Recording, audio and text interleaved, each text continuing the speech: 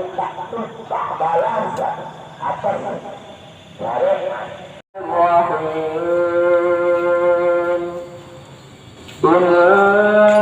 للمتقين مفازا حدائق وأعنابا وكواعب أترابا وكأسا دهاقا لا يسمعون فيها لغوا ولا كذابا صل وسلم وبارك عليه وعلى آله يا رسول الله يا نبي لك شفاعة وهذا مطلبي يا نبي يا رسول الله يا نبي لك شفاعة وهذا مطلبي يا نبي يا رسول الله يا نبي لك شفاعة وهذا مطلبي يا نبي يا رسول الله يا نبي لك شفاعة وهذا مطلبي يا نبي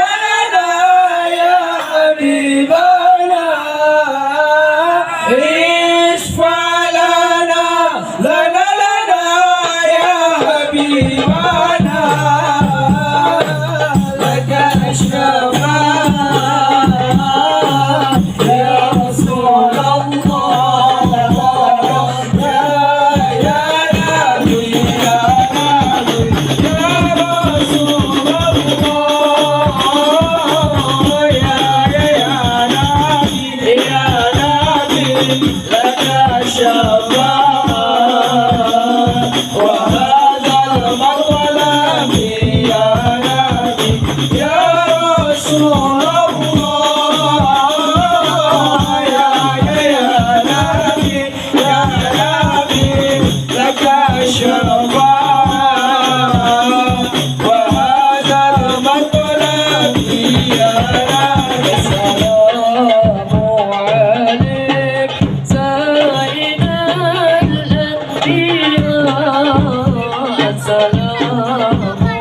عليك أطفال أتقياء السلام عليك زين الأنبياء السلام عليك أطفال أتقياء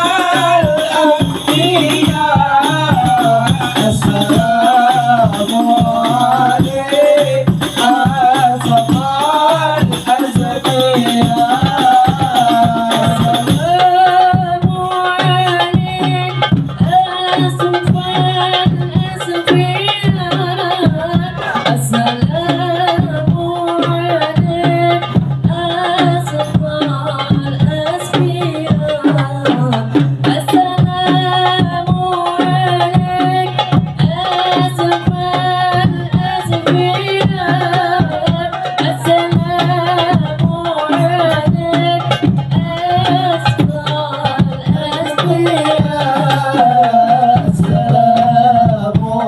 عليك زين الأنبياء السلام عليك أطفال أتقياء السلام عليك زين الأنبياء السلام عليك أطفال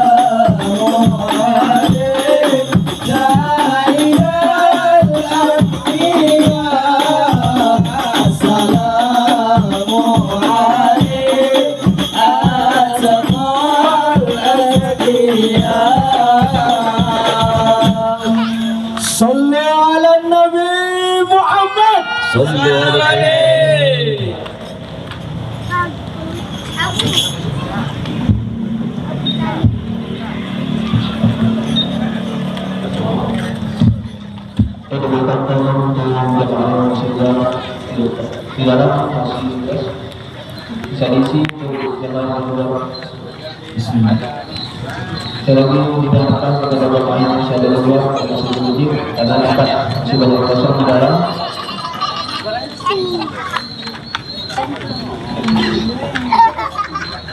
Bapak Ibu yang masih di luar silakan masuk ke dalam.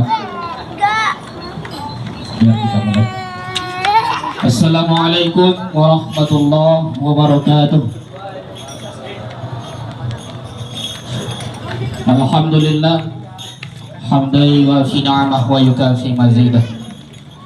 والصلاة والسلام على رسول الله سيدنا مولانا محمد بن عبد الله وعلى آله وأصحابه ومواله.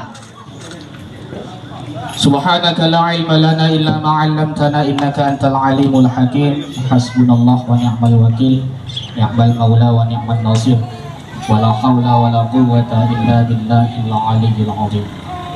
اللهم صل وسلم وبارك على سيدنا محمد وعلى panjang umur, dilimpahkan Allah keberkahan hidup, diberikan Allah rezeki yang bermanfaat dunia dan akhirat.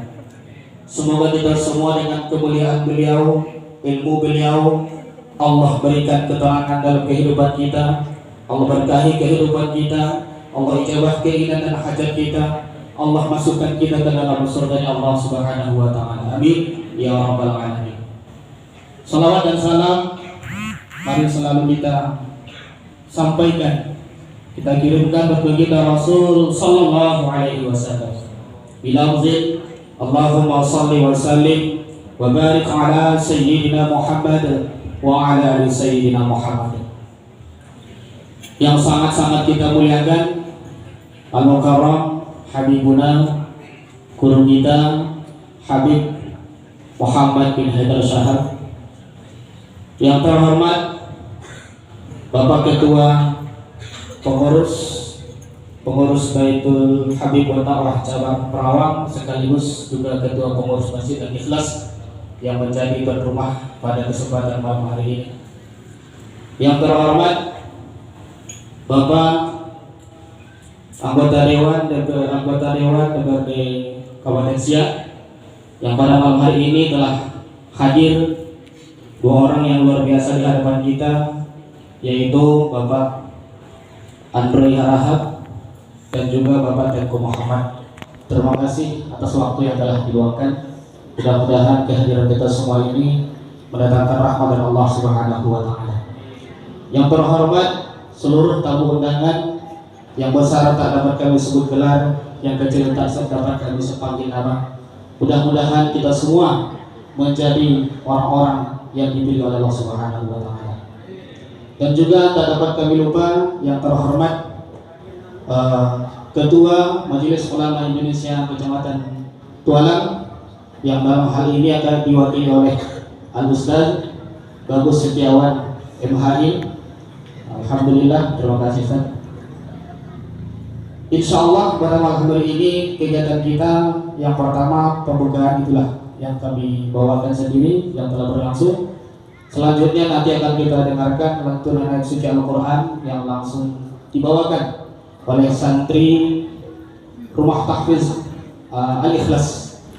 Dan yang ketiga nanti langsung kita dengarkan sambutan pertama dari Ketua Pengurus, yang kedua kami minta kesediaan dari perwakilan dari MUI Kecamatan Tualang, dan yang berikutnya acara kita yaitu pengajian sekaligus secara resmi nanti sebagai perdana kita melaksanakan majelis taklim di Kecamatan Tualang ini yang alhamdulillah bertempat di Masjid Al-Ikhlas. Langsung saja kita panggilkan. Sebelum kita memulai, pada sama-sama terlebih dahulu kita bacakan Al-Quran. Mudah-mudahan kita doa Allah Subhanahu wa taala. Ala zikrihi al-Fatihah. Iyyaka na'budu wa iyyaka nasta'in. Ihdinas siratal mustaqim. Shiratal ladzina Amin. Acara yang kedua yaitu lantunan ekspresi Al-Quran yang akan dibawakan oleh anda kita dari Rumah Tahfiz Al-Ikhlas. Kepada kita dipersilakan.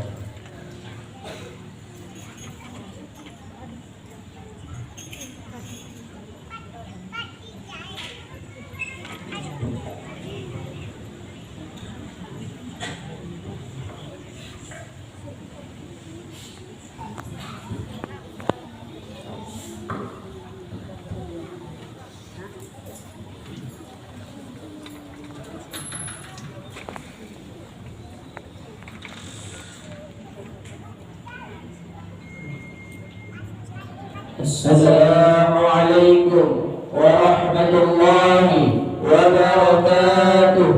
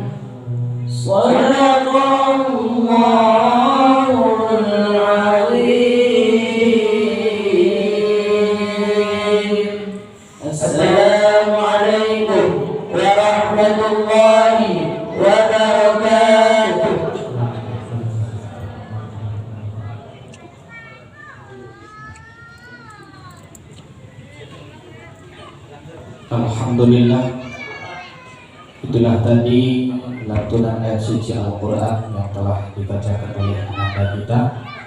Mudah-mudahan hati kita terus mendapatkan ketenangan, mendapatkan keberkahan rahmat dari Allah Subhanahu wa Ta'ala. Seterusnya kami panggilkan, kami jemput Ketua Majelis Ta'lim Hafidhul Habib Dawah cabang Perawang untuk menyampaikan sambutan di hadapan kita semua.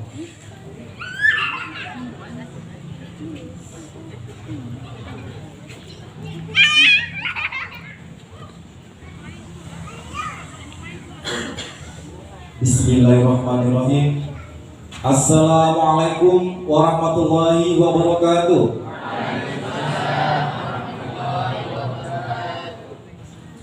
Alhamdulillahilladzi hadana li hadza wa ma kunna linahtadiya laula an hadanallah. Asyhadu an la ilaha illallah wa asyhadu anna Muhammadan abduhu wa rasuluh la nabiyya ba'da amma ba'du. Puji sedalam syukur tak lupa kita aturkan kehadirat Allah Subhanahu wa Ta'ala yang telah memberikan kita kesehatan, kesempatan, umur yang panjang dan barokah, sehingga pada malam hari ini bersama-sama kita semua diberi kesempatan oleh Allah untuk menghadiri acara pembukaan Majelis Taklim Baitul Habib Perawang. Kemudian kedua kalinya sholawat berangkaian salam tak lupa kita tujukan kepada junjungan alam Nabi besar kita Nabi Muhammad Sallallahu Alaihi Wasallam yang mengucapkan Allahumma sholli ala Sayyidina Muhammad wa ala ali Sayyidina Muhammad. Yang terhormat Tuan Guru Habib Haidar Muhammad Ishaq, yang terhormat para dewan, para pejabat di rumah tapis, kemudian Bapak Ibu warga BNN dan sekitarnya, kemudian orang-orang dermawan yang bersedia memberikan sedikit rezekinya untuk mensukseskan acara kita pada malam hari ini. Kemudian Bapak Ibu hadirin wal hadirat rahimakumullah, acara pada malam hari ini ditaja karena adanya satu keinginan, adanya satu tujuan, karena adanya satu impian, ingin membina terutama generasi penerus yang ada di Perawang. Kita sudah bincang dengan beberapa tim, kita ingin buka majelis taklim di Perawang ini, yang tuan gurunya langsung adalah Habibana Muhammad Haidar Ishaq. Alhamdulillah beliau berkenan untuk menjadi tuan guru majelis taklim ini, dan ini nanti akan berkelanjutan setiap bulannya. Di awal bulan insya Allah majelis taklim ini akan berjalan bertempat di rumah tapis Al-Ikhlas. Alhamdulillah rumah tapis tersebut telah selesai, dan nantinya yang kita gunakan juga sebagai menuntut ilmu. Dan bagi Bapak Ibu hadirin rahimakumullah yang ingin menambah ilmu, yang ingin mungkin merubah kepribadian diri kita, ayo kami mengajak bersama-sama kita hadir setiap bulannya di awal bulan, hadir ke rumah tapis Al-Ikhlas di Masjid Al-Ikhlas ini. Kita bersama-sama mendengarkan kajian ilmu yang akan disampaikan oleh tuan guru kita Habibana Muhammad Haidar Ishaq. Ini suatu keberkahan bagi kita semuanya, dan ini sesuatu yang luar biasa bagi saya semenjak saya bertemu dengan beliau. Banyak keberkahan yang betul-betul dialami oleh Masjid Al-Ikhlas, apalagi untuk anak-anak didik rumah tapisnya.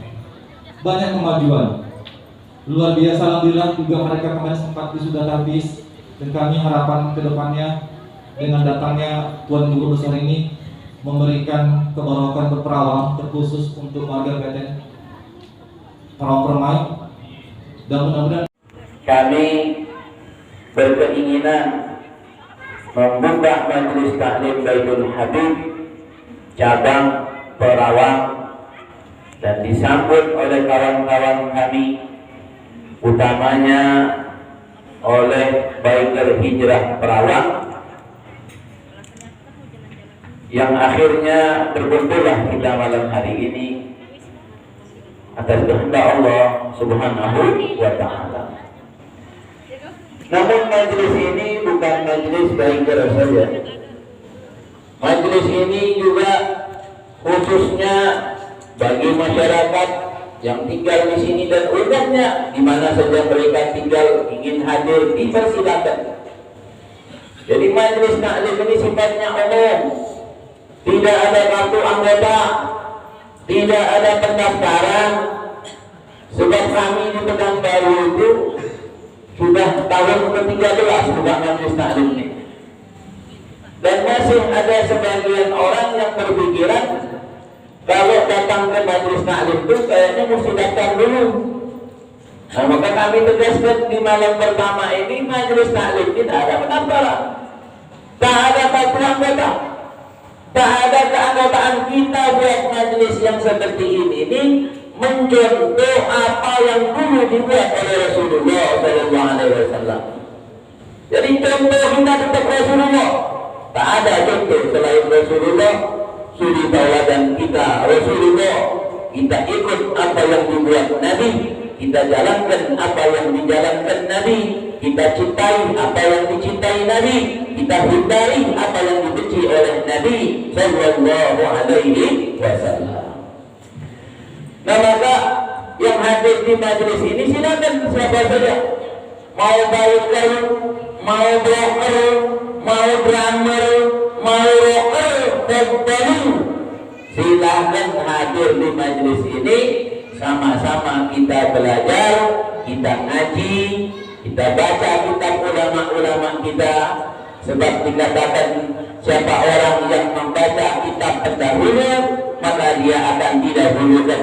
Siapa orang yang membaca kitab orang-orang terakhir maka dia akan diakhirkan. Maka kita tidak lain tidak bukan rujukan kita adalah kitab-kitab para pendahulu kita, para ulama-ulama terdahulu yang jelas sumber keilmuannya, yang jelas daripada sanad keilmuannya. Jadi tidak sembarangan kita ngambil ilmu.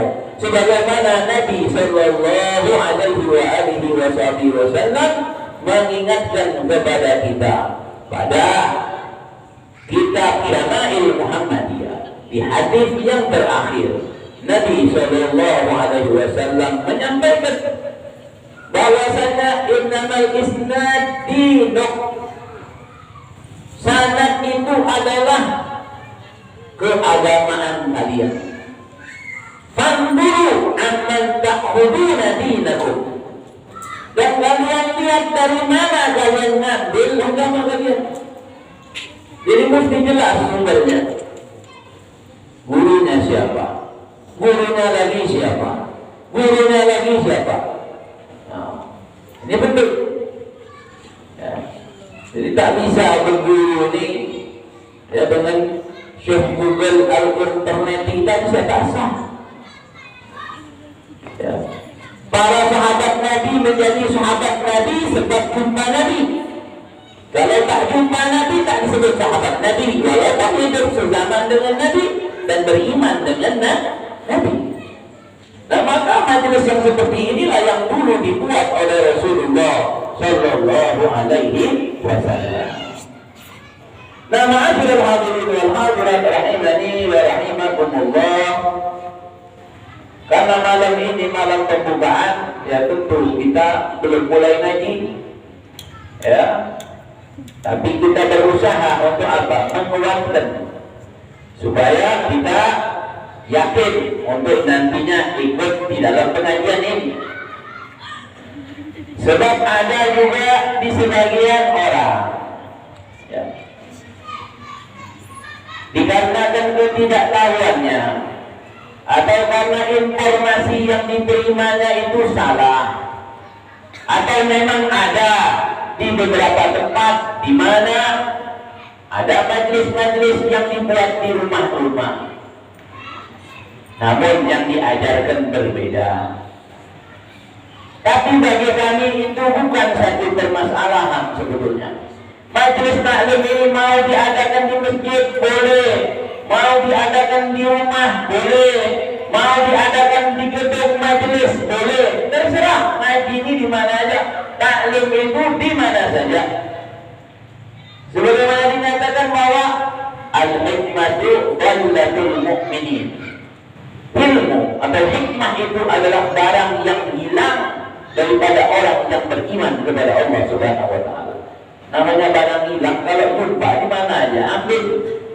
Tak mungkin tunggu datang sampai di rumah, kan begitu? Nah, maka perumpamaan ilmu seperti itu. Nah, oleh karena itu kami di Pekanbaru punya tempat sendiri ngaji ini, bikin gedungnya untuk majelis taklim memang. Di atasnya kami sediakan 2 kamar buat tamu.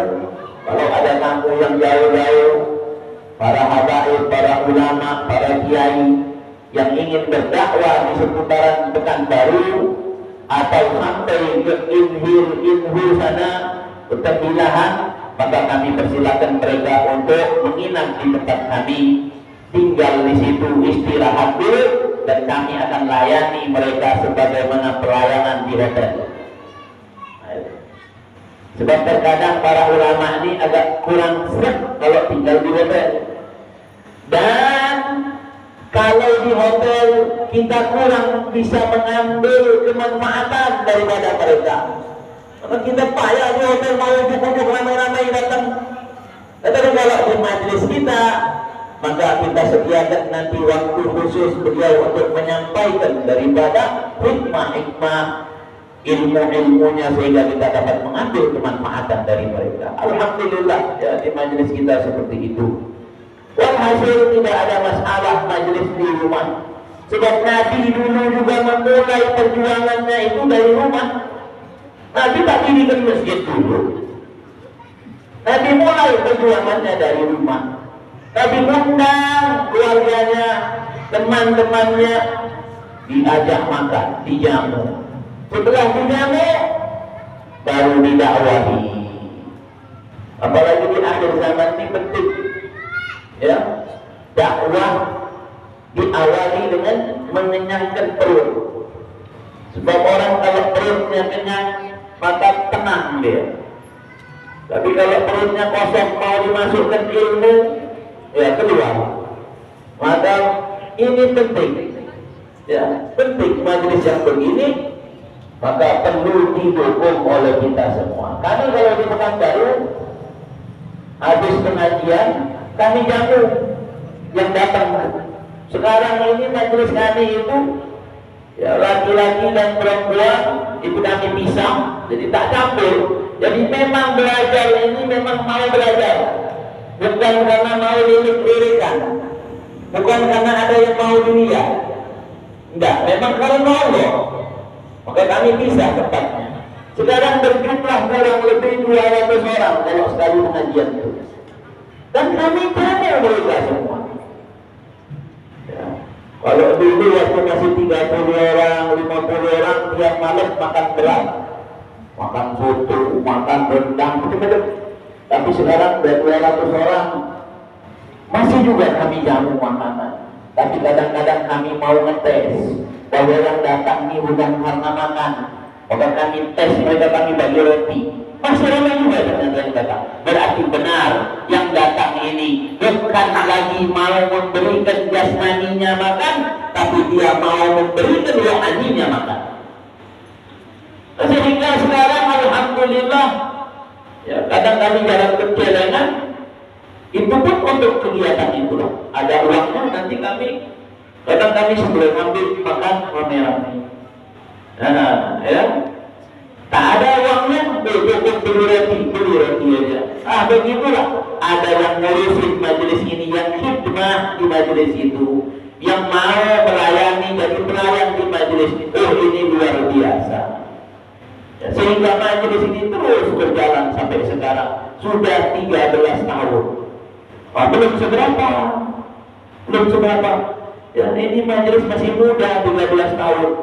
Ibarat anak-anak ya baru 13 tahun. Di Jakarta ada yang namanya majelis Kuitang. Itu majelis tertua di Indonesia. Umurnya udah 100 tahunan. sampai sekarang masih belajar.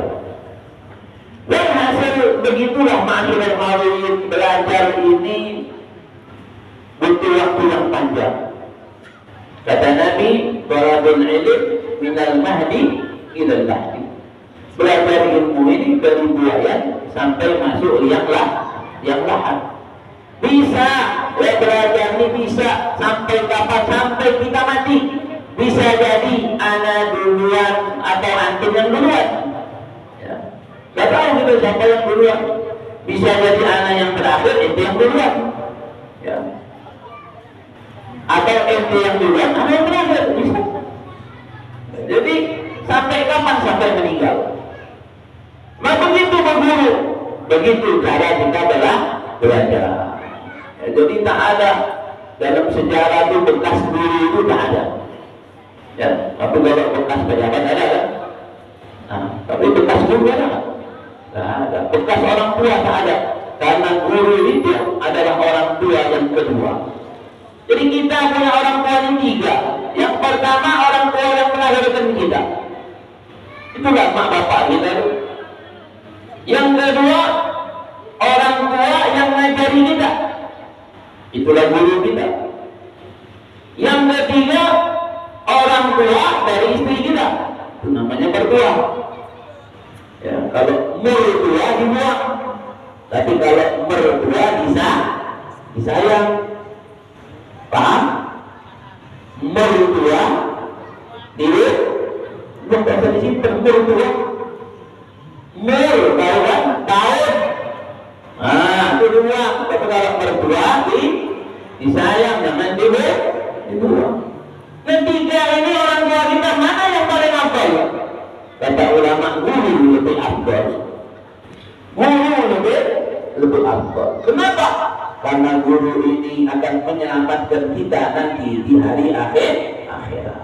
Karena dengan ilmu yang diajarkan guru inilah insya Allah kita selamat nanti ketika berjumpa Allah Subhanahu wa ta'ala. Ma'asyiral hadirin wal hadirat rahimani wa rahimakumullah. Ya, ana secara pribadi mungkin sebagian banyak kenal.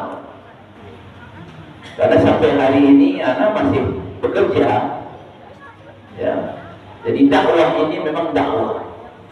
Dan urusan dunia tetap kita bekerja.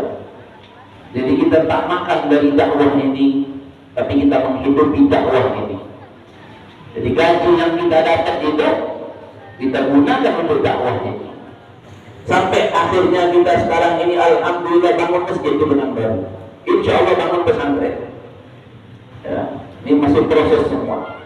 Jadi kami tak nyari makan dari dakwah ini, tapi kami menghidupi dakwah ini dengan pekerjaan kami juga.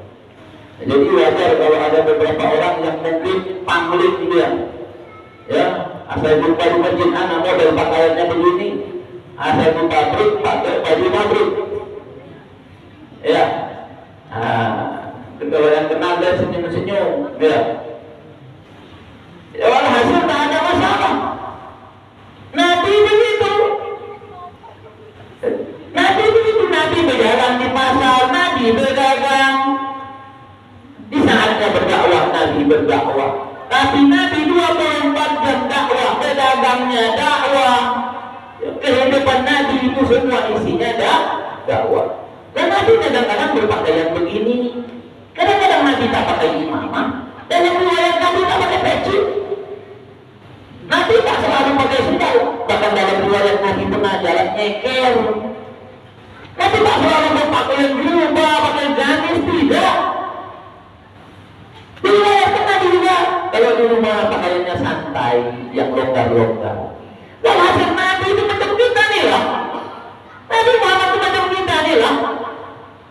Tapi Nabi itu apa yang dilakukannya itu tak dibuat-buat.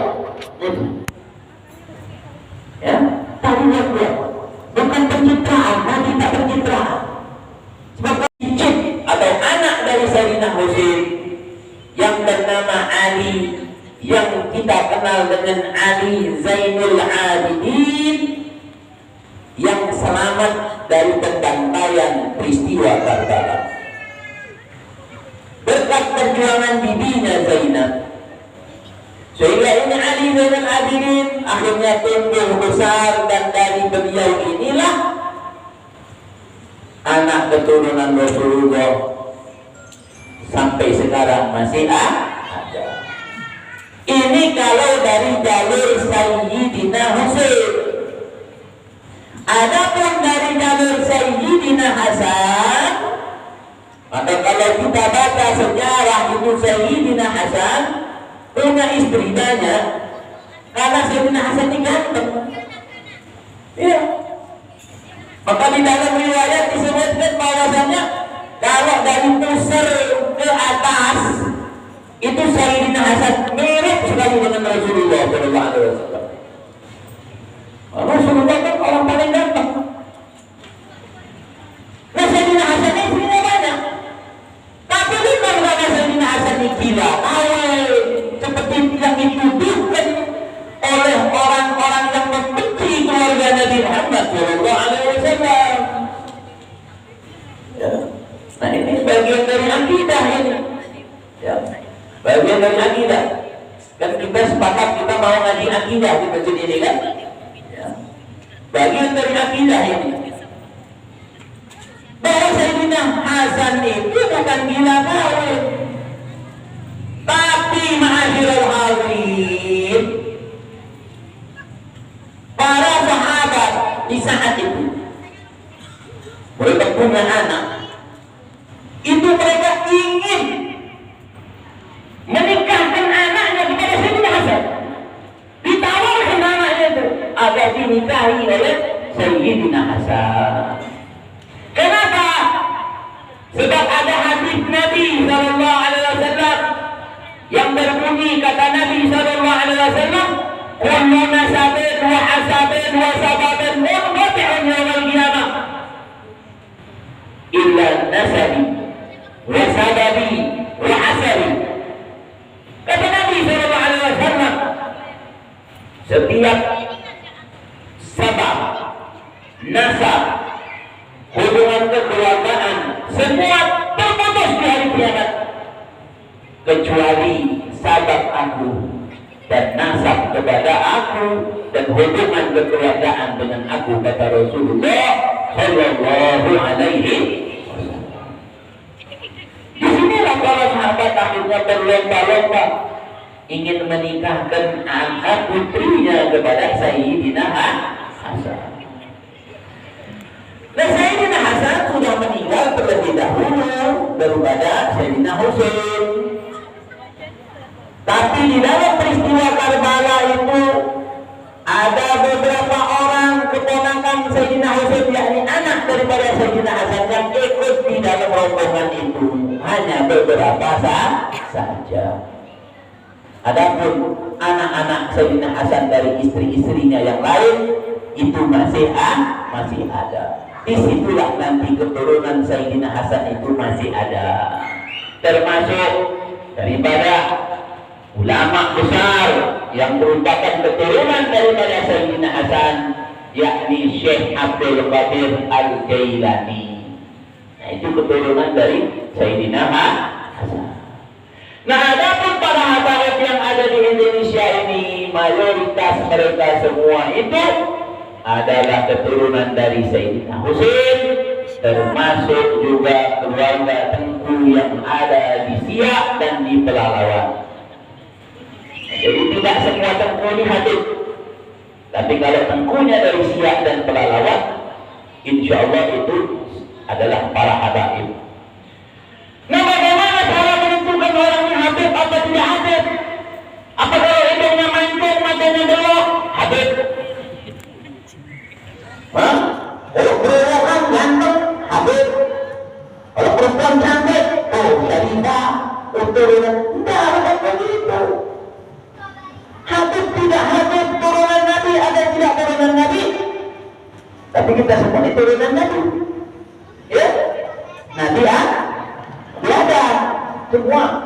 Semua turunan Nabi ada.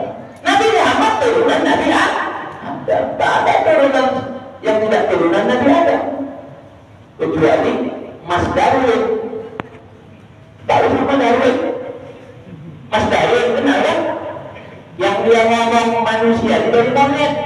Ada Mas Darwin juga berevolusi. Nah dialah satu-satunya turunan monyet. Kalau kita ini turunan Nabi Adam. Nah Mas Darwin itu saja yang turunan monyet, kita nggak mau. Lantas bagaimana menentukan? Habib nggak Habib? Apa aku boleh? Tak boleh. Apa ada yang jual? Tak ada. Tapi sekarang ada yang jual. Iya betul. Antum bisa bangun kalau mau beli Habib bisa 5 juta. Tapi kan bukunya ada yang jual. Kenapa ada yang jual nasab ini? Karena kalau di Jawa sana, di Kalimantan, itu Habib itu dimuliakan, dicintai. Beda sama di Riau sini. Ya. Tak kenal mereka, siapa Habib ini? Habib. Dikit-dikit Habib, siapa Habib? Tak kenal mereka, siapa Habib. Ya. Kalau dulu tak dikenal dengan istilah Habib, tapi Sayyid, Syarif. Ya. Tapi sekarang bergeser istilah itu. Kalau dulunya tuh Sayyid, Syarif, ya. Sekarang bergeser menjadi Habib. Tak ada masalah soal istilah. Ada orang yang mengatakan bahwa Habib itu harus yang berilmu, yang berdakwah. Kalau yang tak berdakwah, tak berilmu, ya Sayyid saja dipanggilnya. Sebenarnya tak juga begitu, ya. Karena ini cuma sekedar istilah saja. Walhasil meskipun hidungnya pesek, matanya sipit, rambutnya keribu, kalau keturunannya jelas, nasabnya jelas, habis dia. Kan begitu, ya, jelas. Jadi ada lembaga yang meneliti ini, ada lembaganya. Kalau di Indonesia namanya Rabitatul Alawiyah, yang menjaga di nasab-nasab bulan ini dicatat sedemikian rupa, rapi. Kalau ada orang yang ngaku-ngaku ketahuan, makanya disebut Habib palsu. Kenapa? Memalsukan nasab. Tak bisa dipalsukan. Nih ibarat pohon mangga, ada buahnya, bercabang-cabang. Ini pohonnya bercabang-cabang, ada ranting-rantingnya, ada buahnya. Pohon mangga. Tiba-tiba nyelonong di hidup buah apa? Ketahuan nggak? Ketahuan. Ini macam mana? Kok bisa dari sini? Nah begitulah perumpamaannya nasab seseorang. Ketahuan kalau dia ngaku-ngaku. Dan itu ada ilmunya tersendiri, namanya ilmu nasab. Dan ilmu ini sudah ada dari zaman Rasulullah SAW. Pakar nasab di zaman Rasulullah SAW, dia adalah Sayyiduna Abu Bakar As-Siddiq. Itu pakar nasab di zaman Nabi. Nabi kalau ada tamu datang, kabilah datang, panggil Sayyidina Abu Bakar. Coba tolong terangkan ini kabilah ini seperti apa. Jadi ada ilmunya. Jadi tak bisa sembarangan. Bahkan Nabi SAW mengancam di dalam hadis yang diriwayatkan oleh Imam Bukhari, juga diriwayatkan oleh Imam Muslim, dan banyak riwayat-riwayat yang lain, yang diantaranya berbunyi seperti ini: Man idda'a ila wali abihi wa huwa ya'lamu annahu ghairu abihi fal jannatu 'alaihi haram. Siapa orang yang mengaku kepada yang bukan bapaknya, sedangkan dia tahu ini bukan bapak dia, ngaku jadi Habib padahal bukan keturunan Habib, tapi bukan ngaku jadi Habib saja, ini orang Jawa ngaku turunan bapak, Sinaga misalnya, haram hukumnya. Tak boleh kita mengaku kepada yang bukan bapak ini, haram, tak boleh. Dan maka tak boleh ngaku-ngaku. Ada jumpa orang Cina, anak orang Cina juga. Ada jumpa anak orang Batak, dari bapak yang ini siapa? Tidak jelas. Semua orang Minang dia bilang turunan Minang. Semua orang Kalimantan dia bilang dia bapaknya siapa? Maka disitulah nasab itu fungsinya adalah untuk apa? Untuk mengetahui ini anak siapa dia jelas. Nah, maka diteliti, ya, hati-hati ngaku-ngaku. Bahkan dalam riwayat Imam Muslim disebutkan manidda'a ila ghairi abihi wa huwa ya'lamu annahu ghairu abihi falyatabawa' maq'adahu minan nar. Orang yang ngaku kepada yang bukan bapaknya siap-siap bawa tempat duduknya dari api neraka. Artinya ini anak-anak durhaka. Kalau anak durhaka di mana tempatnya? Tak ngaku dengan orang tuanya, tak bangga dia punya orang tua. Dia ngaku orang tua orang lain sebagai orang tua dia. Orang tuanya sendiri tak dia akui, berarti ini anak durhaka. Anak durhaka di mana tempatnya? Di neraka. Di neraka. Waliyadzubillah. Nah maka tak boleh ngaku-ngaku. Nah maka lembaga inilah nanti yang mengesahkan. Ya, nanti ada bukunya, namanya ya semacam paspor, buku nasab, disahkan, distempel, ada fotonya, dikeluarkan oleh lembaga yang namanya Rabidatul Alawiyah. Ini yang resmi dan ini yang diakui oleh dunia bahkan.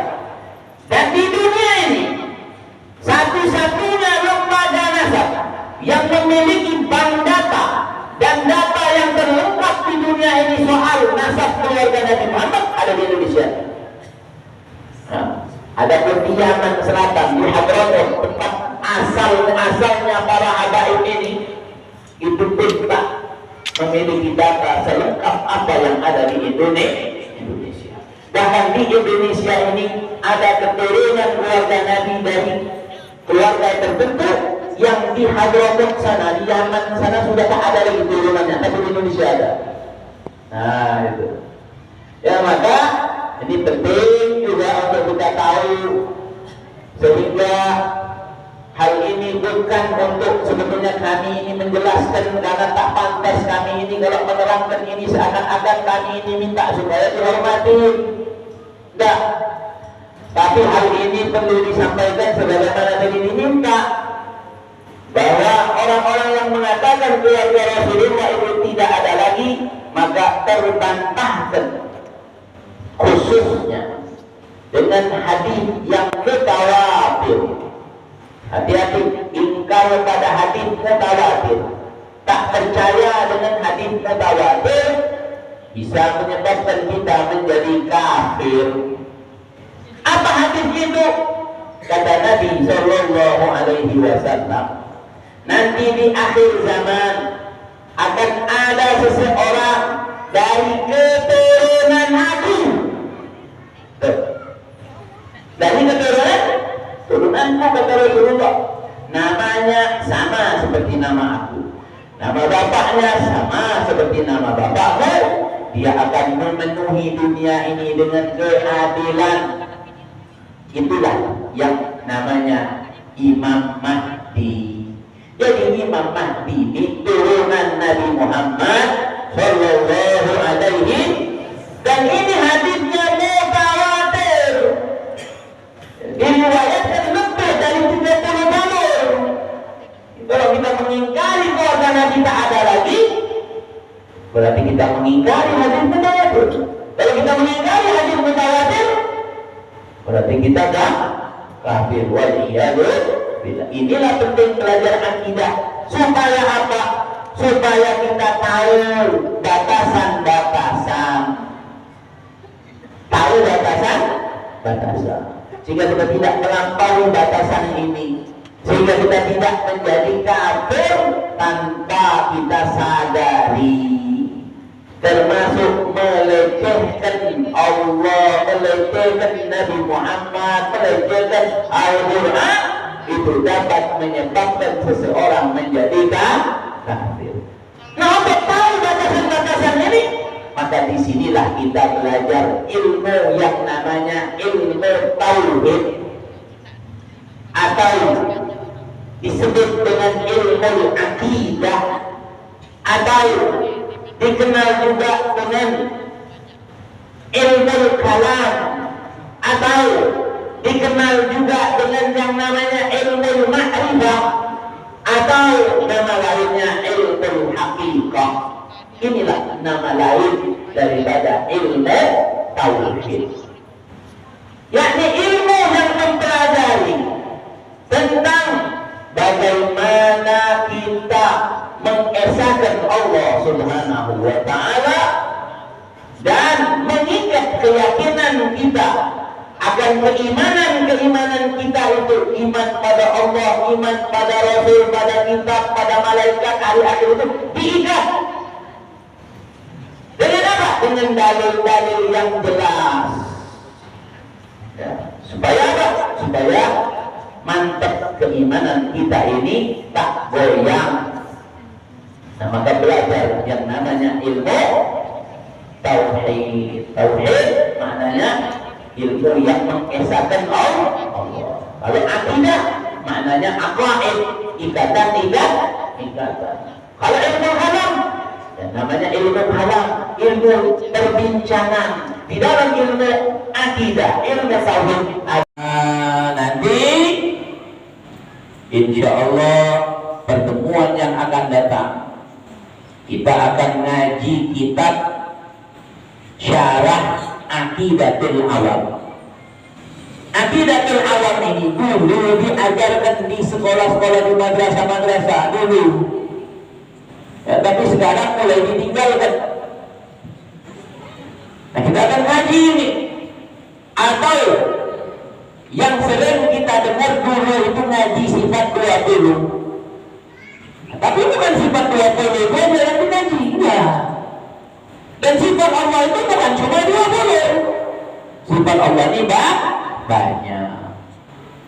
Namun ulama meringkas menjadi 20. Kenapa? Karena dengan mempelajari 20 sifat ini cukuplah bagi orang awam untuk mempertahankan akidah dan keyakinannya itu. Dengan 20 sifat ini, maka keyakinannya akan baik.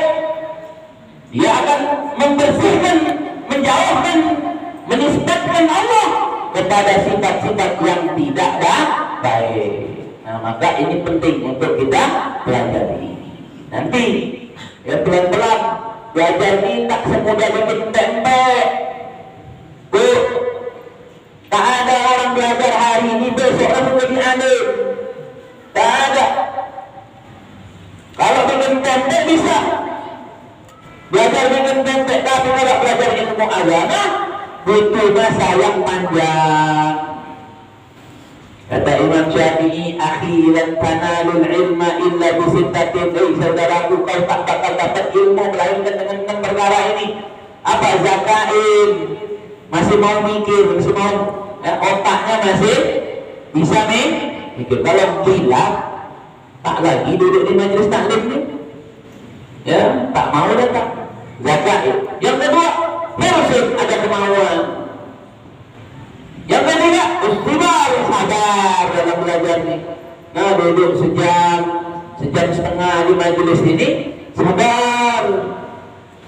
Ya, jangan nonton bola 2 kali 45 menit, sabar. Depan TV nah. Belum mulai acara tadi baru depan TV. Ini kalau datang majelis taklim, oh, belum datang ustaznya, nantilah. Tengah-tengah acara aja lah. Kalau udah jalan majelis baru datang. Nonton bola 2 kali 45 menit, matanya tak berkedip, tak ngantuk, bahkan bikin kopi dulu sempat-sempatnya. Tapi kalau ngaji ini, nah, baru 1 jam, ada goyang-goyang, pantatnya ditusuk-tusuk oleh setan pakai jarum. Oh, tapi kalau nonton acara gosip, digosok makin sih, dari gosip pindah ke silet. Apa lagi judulnya tuh? Apa? Apa lagi? Entertainment, selebrita. Apa lagi? Oh, macam-macam. Hari ini pindah ke sini. Oh, betah. Atau juga lagi manis taklim, ya Allah, baru sejam, mata baru tinggal 5 wak. Asalnya penceramah ini lembut, lewat di dalam, bukan meninggal, tidur. Tapi tidur di majelis ini tetap manfaat, insya Allah tetap bermanfaat. Dapat ampunan dari Allah, dapat rahmat dari Allah, dapat pandangan dari Allah. Alhamdulillah. Pokoknya sudah tak ada tempat yang lebih afdal daripada majelis ilmu ini. Diriwayatkan Nabi masuk ke masjid waktu itu. Di situ ada orang baca Quran, di situ ada orang lagi sholat, di situ ada orang lagi belajar tentang halal dan haram. Majelis taklim, belajar fikih halal haram, belajar fikih, belajar akidah lebih lagi. Akhirnya apa? Nabi duduk di tempat orang yang belajar halal dan haram. Kenapa? Kata Nabi SAW, untuk inilah aku diutus oleh Allah Subhanahu wa Ta'ala. Nah, maka majelis ilmu ini insya Allah membawa keberkahan pada kita, pada keluarga kita, pada lingkungan kita, insya Allah berkah semua, insya Allah. Ya, kenapa? Karena majelis yang seperti ini, kata ulama, jika engkau buka satu majelis kebaikan, maka Allah akan tutup 10 majelis keburukan. Buka sajalah. Nah, majelis taklim buka. Mau buka apa lagi? Majelis zikir buka. Bukan majelis zikir. Buka aja. Yang penting majelis kebaikan. Bukan majelis banteng batu. Bukan majelis cengkeh botol. Bukan majelis tuaan. Bukan. Majelis ingat kepada Allah, majelis zikir, majelis ingat pada Rasulullah, majelis sholawat. Buka saja. Dengan kita buka satu majelis kebaikan, insya Allah perawat ini bersih dari majelis-majelis keburukan. Amin. Ya Rabbal Alamin.